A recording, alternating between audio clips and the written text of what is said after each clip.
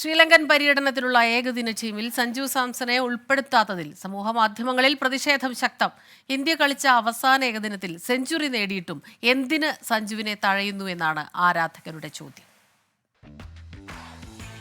Batting ദുഷ്കരമായ ദക്ഷിണാഫ്രിക്കൻ പിച്ചിൽ സെഞ്ചുറിയുമായി ഒറ്റയ്ക്ക് പൊരുതി ടീം ഇന്ത്യയ്ക്ക് ജയവും പരമ്പരയും സമ്മാനിച്ച സഞ്ജു സാംസൺ 114 പന്തിൽ 108 റൺസ് എടുത്ത സഞ്ജുവിന്റെ ഇന്നിംഗ്സ് താരത്തിന്റെ ഏകദിന കരിയറിലെ വഴിത്തിരിവെന്ന ഇതിഹാസ താരങ്ങൾ വരെ വാഴ്ത്തി. പിന്നാലെ IPL-ലും തിളങ്ങിയതോടെ സഞ്ജുവിന് 2020 ലോകകപ്പിനുള്ള ടീമിലും ഇടം കിട്ടി.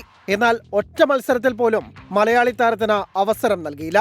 എങ്കിലും സഞ്ജുവിന്റെ ഏകദിന ഇന്നിംഗ്സ് സെലക്ടർമാർ മറക്കില്ലെന്നും ശ്രീലങ്കൻ പര്യടനത്തിൽ സഞ്ജു ഉണ്ടാവുമെന്നായിരുന്നു എല്ലാവരുടെയും പ്രതീക്ഷ. എന്നാൽ എല്ലാം പതിവ് പോലെ സഞ്ജുവിനെ വീണ്ടും തഴഞ്ഞു. ഇനിയും സഞ്ജു എന്തു ചെയ്യണമെന്നാണ് ആരാധകരുടെ ചോദ്യം.